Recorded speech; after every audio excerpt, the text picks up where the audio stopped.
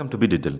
दोस्तों, आज की वीडियो में बात करेंगे उत्तराखंड यूटेट के फॉर्म 2022 को आप किस तरीके से मोबाइल से ही फिल कर सकते हैं। इसके लिए आपको uk.utet.com की वेबसाइट पर आ जाना होगा। यहाँ पे आपको एक ऑप्शन मिलेगा होम का, यूपीएससी वेबसाइट का और इन्फॉर्मेशन वाउचर का। यहाँ से आप इन्फॉर्मेशन वाउचर को डाउनलोड कर सकते हैं और अपनी पात्रता संबंधी जानकारी को यहाँ से रीड आउट कर सकते हैं। इसके बाद आपको नीचे इंस्ट्रक्शन पढ़ने को मिलेगा, आप इसको हिंदी और इंग्लिश दोनों में ही रीड आउट कर सकते हैं। कुछ बेसिक सी डिटेल्स जैसे फॉर्म फीस के लिए है, ओबीसी और जनरल के लिए जो फॉर्म फीस है वो यूटेट फर्स्ट और यूटेट सेकंड के लिए 600 रुपये है, और यदि आप यूटेट फर्स्ट और सेकंड दोनों देना चाहते हैं तो 1000 रुपये आपको पड़ेगा। और एससी एसटी या पीएच कैंडिडेट के लिए 300 रुपये है, यदि आप यूटेट फर्स्ट या यूटेट सेकंड देना चाहते हैं। यदि बोथ में अप्लाई करना चाहते हैं तो आपको 500 रुपये पेड करना पड़ेगा। एप्लीकेशन फॉर्म आप 1/7/2022 से 28/7/2022 से ऑनलाइन फिल कर सकते हैं। इसका वेबसाइट लिंक आपको वीडियो को डिस्क्रिप्शन में मिल जाएगा। यहाँ पे लास्ट में पेज में आपको आई एक्सेप्ट का एक कंडीशन मिलेगा, उसको आपको एक्सेप्ट करना होगा, टर्म्स एंड कंडीशन को। उसके बाद प्रोसीड टू रजिस्ट्रेशन में क्लिक करना होगा। उसके बाद आपके सामने न्यू यूजर रजिस्ट्रेशन का एक फॉर्म ओपन हो जाएगा। आपको सबसे पहले अपना नाम फिल करना होगा, फादर्स नेम फिल करना होगा, मोबाइल नंबर आप अपना ही दे सकते हैं।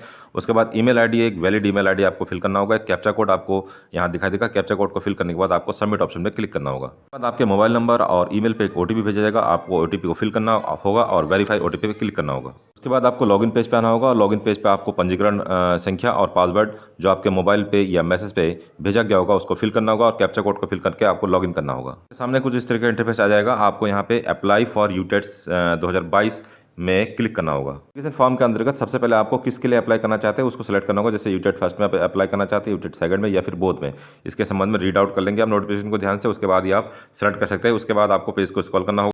उसके बाद आपको जेंडर सेलेक्ट करना होगा, जो भी आपका जेंडर होगा जेंडर सेलेक्ट कर लेंगे। उसके बाद आपको डेट ऑफ बर्थ सेलेक्ट करना होगा। कैलेंडर की सहायता से अपना डेट ऑफ बर्थ यहाँ से सेलेक्ट कर सकते हैं। उसके बाद mother's name, father's name, husband name, यदि ये विवाहित महिला है तो आपको अपना जो हस्बैंड नेम है वो भी यहाँ फिल करना होगा। आपको अपना होम डिस्ट्रिक्ट सेलेक्ट करना होगा, जो भी आपका होम डिस्ट्रिक्ट है, होम डिस्ट्रिक्ट के रिगार्डिंग आपके पास निवास प्रमाण पत्र भी होना चाहिए। उसके बाद कैटेगरी सेलेक्ट करना होगा, जिस भी कैटेगरी से आप आते हैं, जनरल है, ओबीसी है या शेड्यूल कास्ट है, आपको यहाँ पे कैटेगरी सेलेक्ट करना है। फिर आपको बताना है क्या आप ईडब्ल्यूएस श्रेणी से संबंधित है। यदि आपके पास ईडब्ल्यूएस सर्टिफिकेट है तो आप यस कर सकते हैं, अदरवाइज इसको नो करना होगा। आपको अपना सब कैटेगरी यहाँ सेलेक्ट करना होगा। यदि सब कैटेगरी आपकी नहीं है तो आपको नॉन ही रहने देंगे। उसके बाद पीएच बताना होगा। यदि आप 40% से अधिक पीएच कैंडिडेट है तो आप यस करेंगे, अदरवाइज इसको नो कर देंगे। और यदि आप पीएच कैटेगरी में आते हैं तो आपको यहाँ पे ऑप्शन दूसरा दिखा देगा, यदि नॉट अप्लीकेबल, बाकी कैंडिडेट की दशा में यहाँ पे नॉट अप्लीकेबल ही रहेगा। उसके बाद फर्स्ट लैंग्वेज आपको सेलेक्ट करना होगा। तो फर्स्ट लैंग्वेज के लिए दो ऑप्शन है, हिंदी और इंग्लिश। तो यहाँ पे आप जो भी फर्स्ट लैंग्वेज चूज़ कर सकते हैं, अपने हिसाब से आप कर सकते हैं। और उसके बाद सेकंड आपको सेकंड लैंग्वेज चूज़ करना होगा। तो सेकंड लैंग्वेज में आप इंग्लिश, संस्कृत या उर्दू में से कोई भी लैंग्वेज चूज़ कर सकते हैं, लेकिन फर्स्ट लैंग्वेज और सेकंड लैंग्वेज दोनों अलग अलग होनी चाहिए। उसके बाद subject code for UTET second के लिए, विषय कोड केवल यूटेट सेकंड के लिए जो है मैथ, साइंस या फिर सोशल साइंस। तो यहाँ जो साइंस के जो स्टूडेंट होंगे उनको मैथ या साइंस चूज़ करना होगा, या और जो आर्ट्स के स्टूडेंट होंगे बीए के या फिर कॉमर्स के, उनको सोशल स्टडीज़ चूज़ करना होगा। उसके बाद यूटीईटी प्रथम परीक्षा में सम्मिलित हेतु परीक्षण योग्यता का विवरण आपको देना होगा। ट्रेनिंग आपने कौन सी करी की प्राप्त की, परीक्षण में आप सेलेक्ट करेंगे यहाँ से BTC, DElEd special education, B.El.Ed जो 4 वर्ष का होता है, बीएड, एलटी, तो जो भी आपका शैक्षिक योग्यता है उसको आप यहाँ से सेलेक्ट कर लेंगे। उसके बाद ट्रेनिंग स्टेटस आपको बताना होगा, पास्ट है या अपीयरेंस है, तो आप यहाँ से सेलेक्ट कर लेंगे। ट्रेनिंग ईयर्स, जिस साल में आपने बीएड कर रखा है तो वो साल आपको यहाँ पे सेलेक्ट करना होगा। जिस भी साल आपने बीएड किया होगा उसको यहाँ से सेलेक्ट कर लेंगे। यूटीट सेकंड में द्वितीय परीक्षा में शामिल हेतु परीक्षण योग्यता का विवरण आपको देना होगा। द्वितीय जो यूटेट सेकंड के लिए आपको यहाँ पे चूज़ करना होगा कि बीटीसी का रखा है आपने, डीएलएड के माध्यम से करना चाह रहे हैं, बीएड के माध्यम से करना चाह रहे हैं, तो किस भी माध्यम से आप करना चाह रहे हैं इसके संबंध में विस्तृत नोटिफिकेशन आप रीड आउट कर सकते हैं। फिर आपको बताना होगा पास है या फेल है। ट्रेनिंग ईयर्स आपको बताना होगा कि आपने कौन से ईयर में जो है ट्रेनिंग प्रोग्राम कर रखा है। उसके बाद आपको यूटेट फर्स्ट के लिए शैक्षिक पात्रता कोड आपको फिल करना होगा। कोड जो है 1 से लेके 7 तक कोड यहाँ दे रखे हैं। उस कोड को चेक करने के लिए आपको एक लिंक यहाँ मिलेगा, क्लिक फॉर एलिजिबिलिटी कोड के लिए। इस पर आप क्लिक करेंगे। क्लिक करने के साथ ही आपके सामने जो शैक्षिक पात्रता से संबंधित जानकारी है वो आपके सामने ओपन हो जाएगा।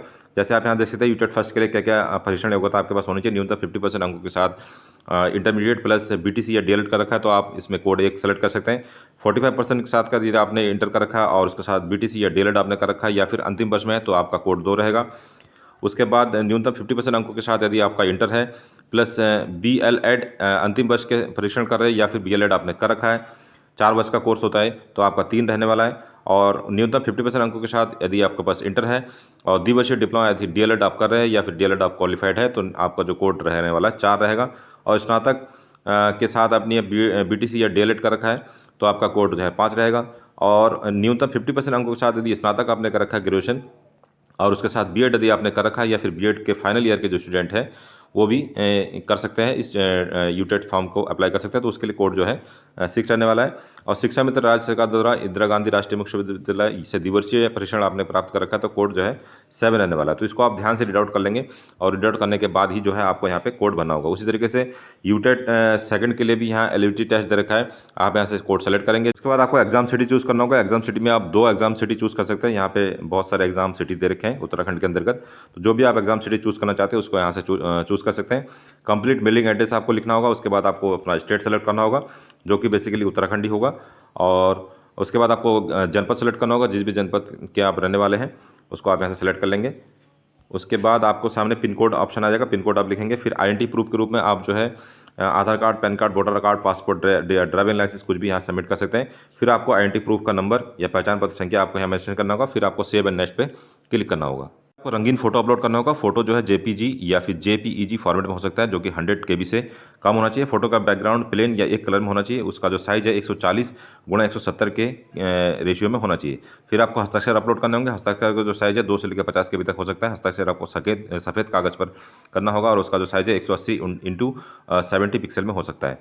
और उसके बाद आपको लेफ्ट थंब इम्प्रेशन, आप ध्यान देखेंगे इसको, लेफ्ट थंब इम्प्रेशन अर्थात बाएं हाथ के अंगूठे का निशान आपको अपलोड करना होगा, जिसका जो साइज है 10 से लेकर 150 KB तक हो सकता है। सफ़ेद कागज़ पर नीली स्याही से अंगूठे का निशान लगाकर आपको अपलोड करना होगा और इसका जो साइज है 250 से लेकर 150 पिक्सल तक आपको हो सकता है। फोटो को रिसाइज करने के लिए आप imageresizer.com की वेबसाइट को यूज़ कर सकते हैं। इसका इंटरफेस आपको कुछ इस तरह से दिखेगा। इसका लिंक आपको वीडियो डिस्क्रिप्शन में मिल जाएगा।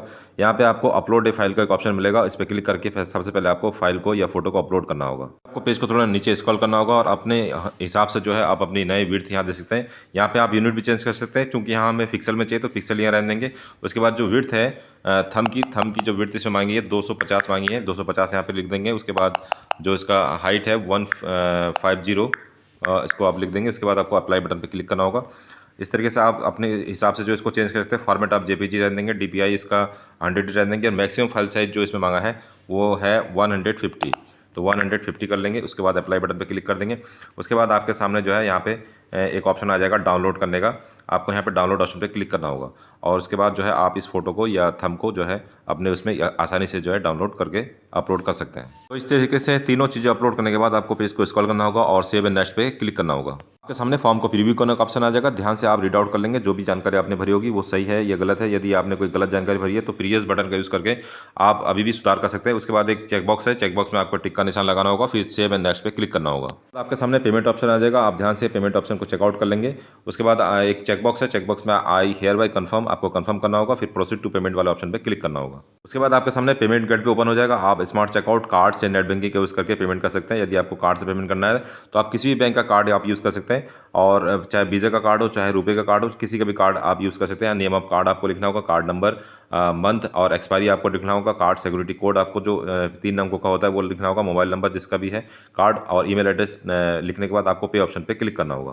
पेमेंट कंफर्म होने के बाद दोबारा से आपको लॉगिन ऑप्शन पे आ जाना होगा। अपना रजिस्ट्रेशन नंबर, पासवर्ड और कैप्चा कोड डाल के आप यहाँ लॉगिन कर सकते हैं और अपने पीडीएफ को जो आपने फॉर्म अप्लाई किया उसको दोबारा से डाउनलोड कर सकते हैं। दोस्तों ये था आज का वीडियो पसंद आया तो वीडियो को लाइक और चैनल को सब्सक्राइब करना ना भूलें। इस वीडियो को रिगार्डिंग कोई और जानकारी आपको चाहिए तो आप हमें कमेंट कर सकते हैं, या फिर वीडियो को डिस्क्रिप्शन में आपको हमारे टेलीग्राम और व्हाट्सअप का संपर्क सूत्र मिल जाएगा, उसे भी ज्वाइन कर सकते हैं। मिलते हैं अगले एक ऐसे इंटरेस्टिंग वीडियो में, तब तक के लिए अपना ध्यान रखिए।